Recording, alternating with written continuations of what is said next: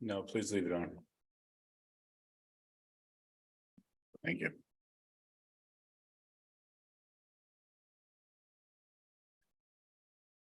What's up? Welcome to your Wednesday Buckeye Rush Hour for a May 31st, 2023. What's everybody up to today? How's your hump day going?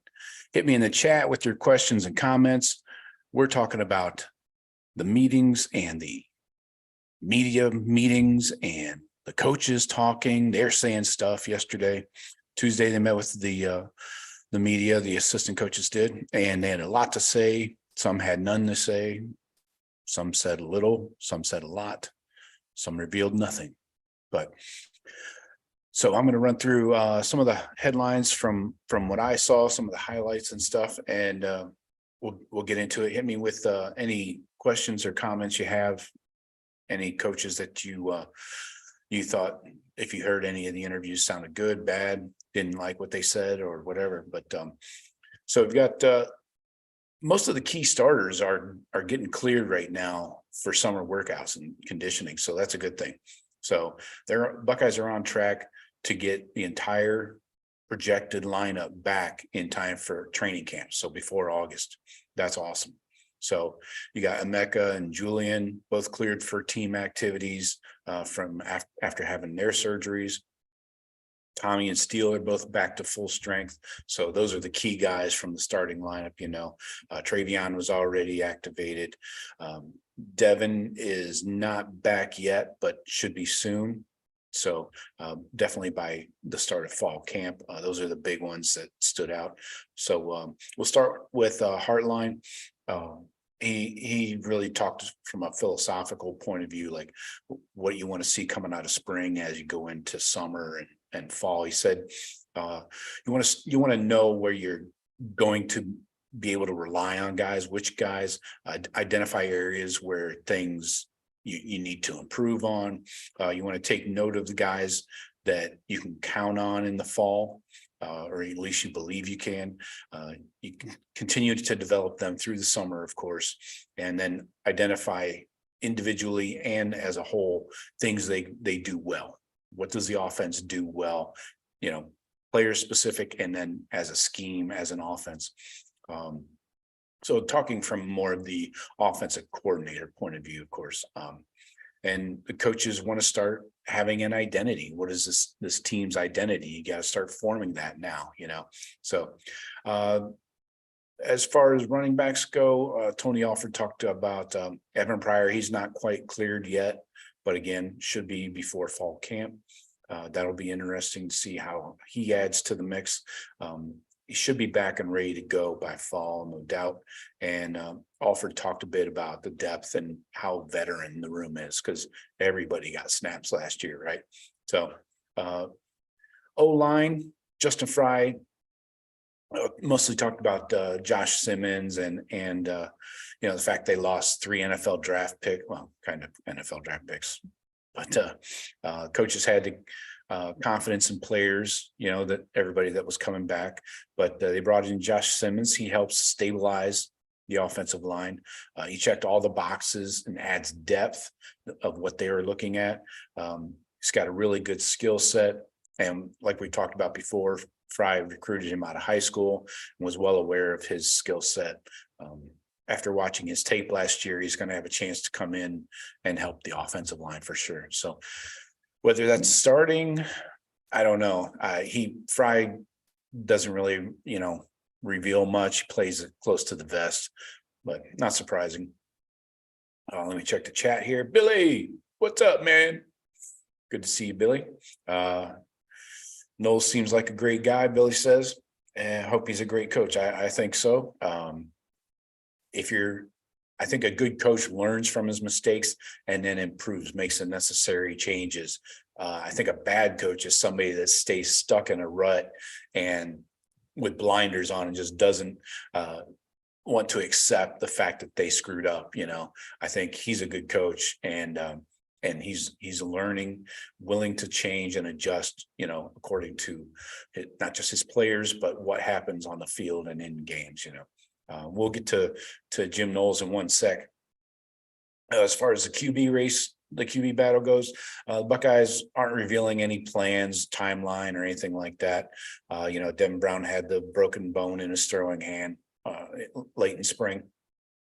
But Ryan Day isn't going to let the battle due to injury be decided by that. He's consistently patient when it comes to QB competitions, over the years.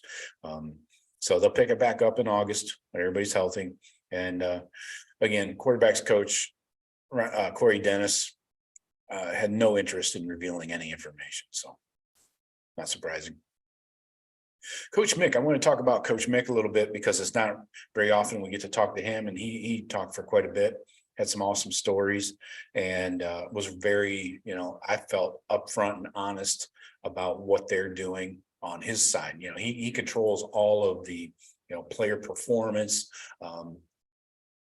the training somewhat. He doesn't really, I don't think he has control over the training staff whatsoever. But he said that after, the way the season ended, you turn over every stone, and he probably does this every season anyways, regardless of win, lose, or draw. But he said, you turn over every stone, you look at everything, every aspect of what they're doing, from top to bottom, and see where they can improve. I don't think we've had some Buckeye fans say that Ohio State is the strength staff is too old school, and I don't know exactly what that means. It sounds negative, but I don't think Coach Mick is inflexible or unwilling to evolve with the times. I don't think that's fair at all. He's only like 50, early 50s, maybe. So I don't think he's stuck in his way of doing things. I think he's actually been on the cutting edge of strength and conditioning from a holistic point of view. So anyways, he talked about the soft tissue injuries. Of course, you're going to get asked about that because last year seemed to be a lot, but it was really actually not, he said, no different than any other year. It got a lot of headlines because of Jackson.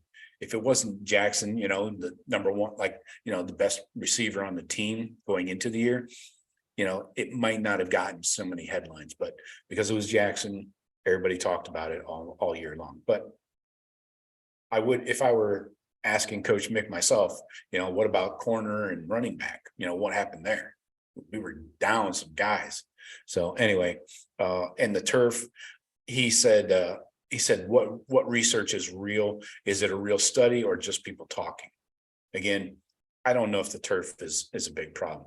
So what's the difference until you're going to grass? In my opinion, if you're going to grass, that's different.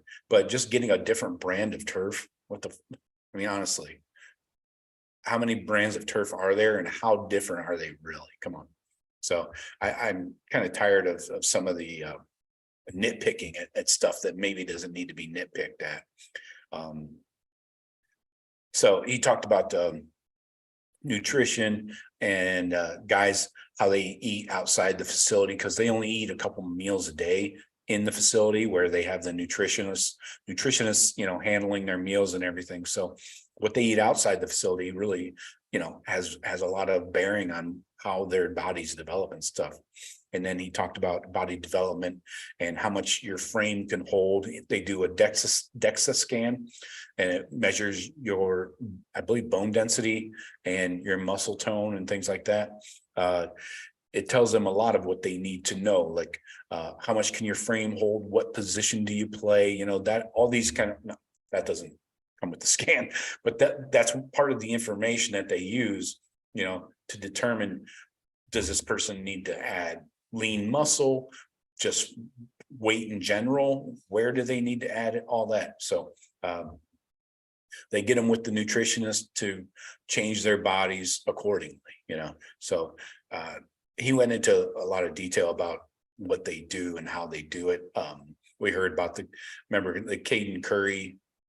We heard about the Caden Curry story the other day, where he said he was at 260 last year and he felt sluggish and slow, which is somewhat a shot at the strength staff, but he's at 260 now.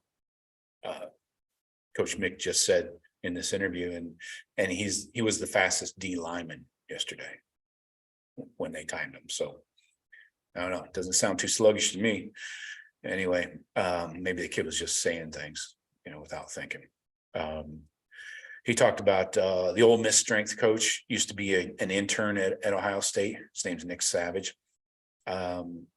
And then OSU just hired a dude named A.T. Turner from Ole Miss into their strength staff. So they've got this Ole Miss pipeline kind of going back and forth. So he also talked about the QB development. He said he loves it. It's great for the program, and he talked about Kyle when he was a freshman with Marv and Emeka. They all came in early in January, their freshman years. And they were running routes at 5:15 a.m. as early enrollee freshman types, and he had some awesome stories about Marv's competitiveness and stuff like that. So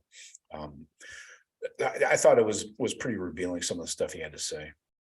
Billy in the chat, Knowles kind of said that he expects the D to be number one. Yeah, he said that. He also said top 5. So I agree with him. Let's talk about what Jim Knowles had to say. I've got quite a few comments here from him. So some of the big things are obviously Sonny and CJ. That's what the fans really care about. He said Sonny has repped at all 3 safety positions, but can play the bandit and adjuster the best. So don't be surprised if he's in there at the adjuster, the deep safety. That's going to be interesting to me, because he's a big freaking dude to be playing the field safety, man. Obviously, the bandit's obvious. I mean, down in the box, that strong safety, getting in there with run support. But I'm surprised that he looks that good at adjuster somewhat. But dude's freaky. So they put him in some challenging positions during spring practice, and he did well. He reacted well to some tough situations they put him in. So great to hear. It's going to be interesting to see when they play him. And are we going to see him, week 1 at this adjuster? And then where do you put Lathan Ransom? Do you bring him down in and play the bandit? I'm not sure what the upside would be. Anyways, CJ Hicks. Jim Knowles said that CJ Hicks will be unleashed sometime this season. Didn't put a timetable to it, but it sounds exciting, right? Take the leash off of CJ and let him go. He's able to play more relaxed because he's not a starter. He's on the cusp of breaking out. So I can't wait to see what this looks like. That on the edge of breaking out. And then when he finally does break through, that's going to be awesome. He again talked about having CJ play the jack position or rotating in at the will with Steele Chambers. So that will be interesting to see how Steele reacts to that. And he's ready to reintroduce the jack position. He's talking about CJ Hicks and Mitchell Melton for the jack. So let's see how much of that jack position they reinstall this fall. I don't know. I wasn't impressed the first go around with Jack Sawyer, but Jim Knowles also talked about the big plays, the matchup games, the matchups against Michigan and Georgia. He said he goes back, he needs to go back to the game plan progression. That's what he did in the offseason, went back to the game plan and progression, how it played out and his calls and players not doing something properly. We talked about that before. Techniques and details are what he's drilling this spring, or what he drilled and what they'll continue to drill in, the proper techniques and the details into the players. He reminded me that we had a great third quarter against Georgia. I think we shut him out and he pinpointed that he stayed with things that were working too long instead of pivoting and trying something different to keep the offense off balance. They knew what he was going to call over the first 3 quarters. He obviously didn't switch up enough, and we got burned in the fourth quarter. Obviously, the expectation is a top 5 defense, he said, and my favorite quote of the day, as you all should be feeling, is we need to get more hands on balls. So I don't know about you guys, but I'm with that. So what else? Any other coaches stand out? Any comments that you guys are interested in? Harline had to answer a couple questions about the ATV accident, of course. He was pretty tight-lipped on that. Seemed a little uncomfortable there. He talked about Joe Philbin coming in and how it's going to be a huge resource for the entire staff. Who else was there? Parker Fleming was there. Next, moving along. Who else? Oh, did you guys see this? Not to change the subject, but Michigan is going to open the season on the Peacock streaming app against East Carolina. That will be seen by no one. That's hilarious. Oh boy. So what else from Tuesday's interviews? I was trying to think of some other things from Alfred. Didn't really say a lot. Pretty quiet. Nothing real revealing. Not surprised that nobody talked about the quarterback competition, you know. We do have some game time announcements. Just came out a few minutes ago from Jerry Emig, sports and information guy. September 2nd, first game of the year, Indiana, 3:30 p.m. on CBS. So we're gonna get the music week one. That's gonna be awesome. September 9th, Youngstown State's gonna be noon on BTN. September 16th, Western Kentucky, 4 p.m. on Fox. September 23rd, at Notre Dame, 7:30 p.m. NBC and Peacock. Not surprised, that's a night game, of course. November 11th, I guess we're skipping through October entirely. Michigan State is going to be a night game on NBC. Still don't get that. And of course, November 25th at Michigan and Nooner on Fox. So no surprise with that last one, but yeah, 7:30 at Notre Dame. Billy asks the question in the chat: do you think Dennis will be offered an OC position anytime soon by another program? I haven't even heard of him interviewing for other jobs in the off season. I kind of doubt it. It would have to be a lower Power 5 program, like a MAC school, you know.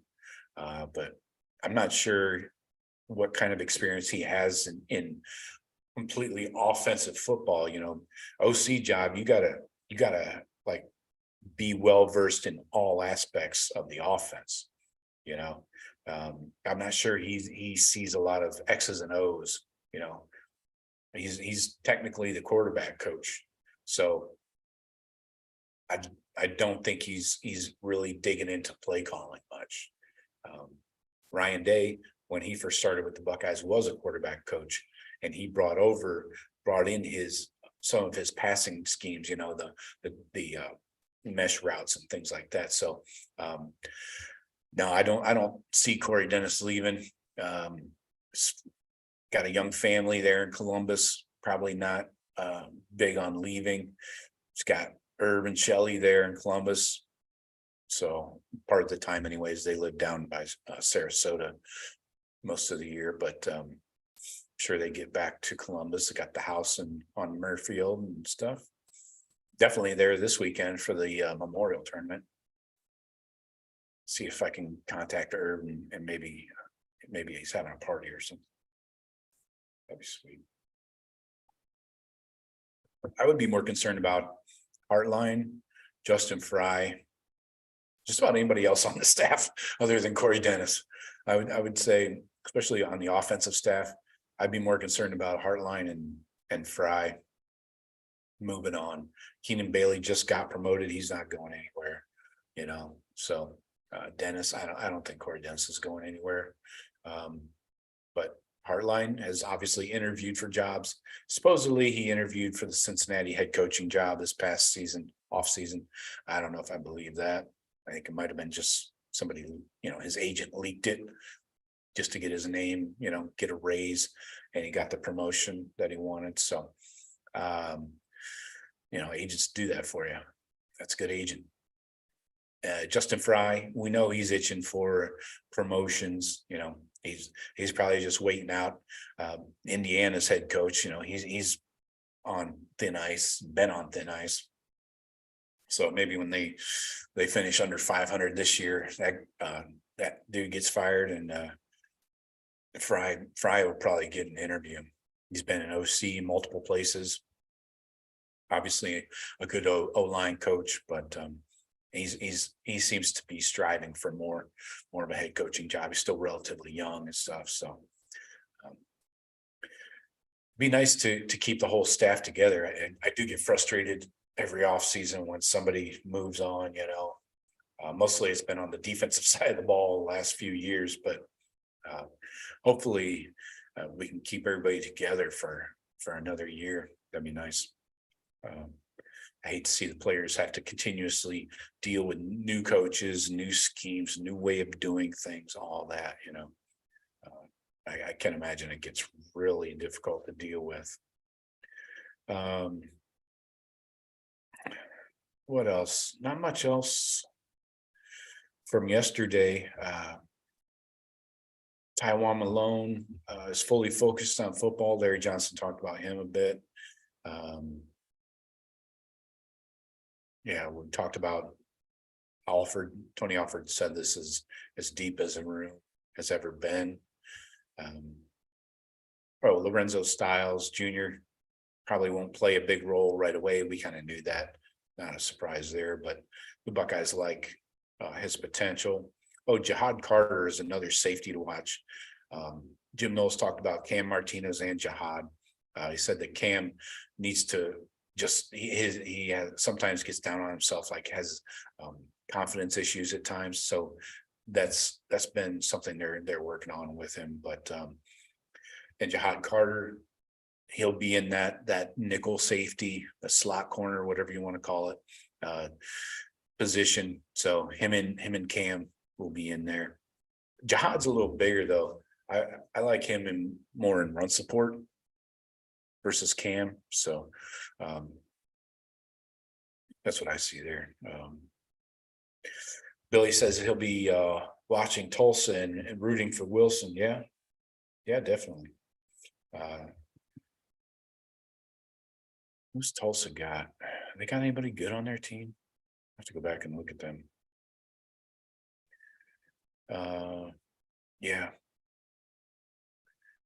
So we're going to go for a couple more minutes and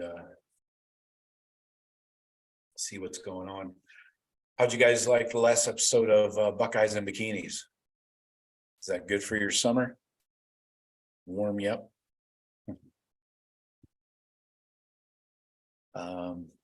Hit me in the comments. I'm sure a lot of you guys go back and rewatch this later.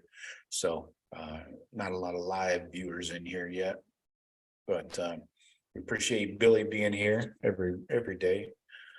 Like I said the other day, Billy, I think you're definitely on the show more than Jeff and Sean, and almost as much as I am. What else? I think that's about it. So keep an eye out for the Daily Blitz coming tomorrow. We're going to continue our position rankings, our depth rankings. Got O-line. I'm going to have to trim that down to like a top 10. We got like 18 O-linemen. I'm not going through all those guys, especially the freshmen. We're not going to see them on the field. And a couple of those Jags down at the end of the bench. Probably won't touch on them either, but anyway. That's all right. Billy wants to get paid. Yeah. We're going to get you a boom, Billy. I promise. We're going to get you a boom in June. So, all right, folks. I'll talk to you later. Go Bucks.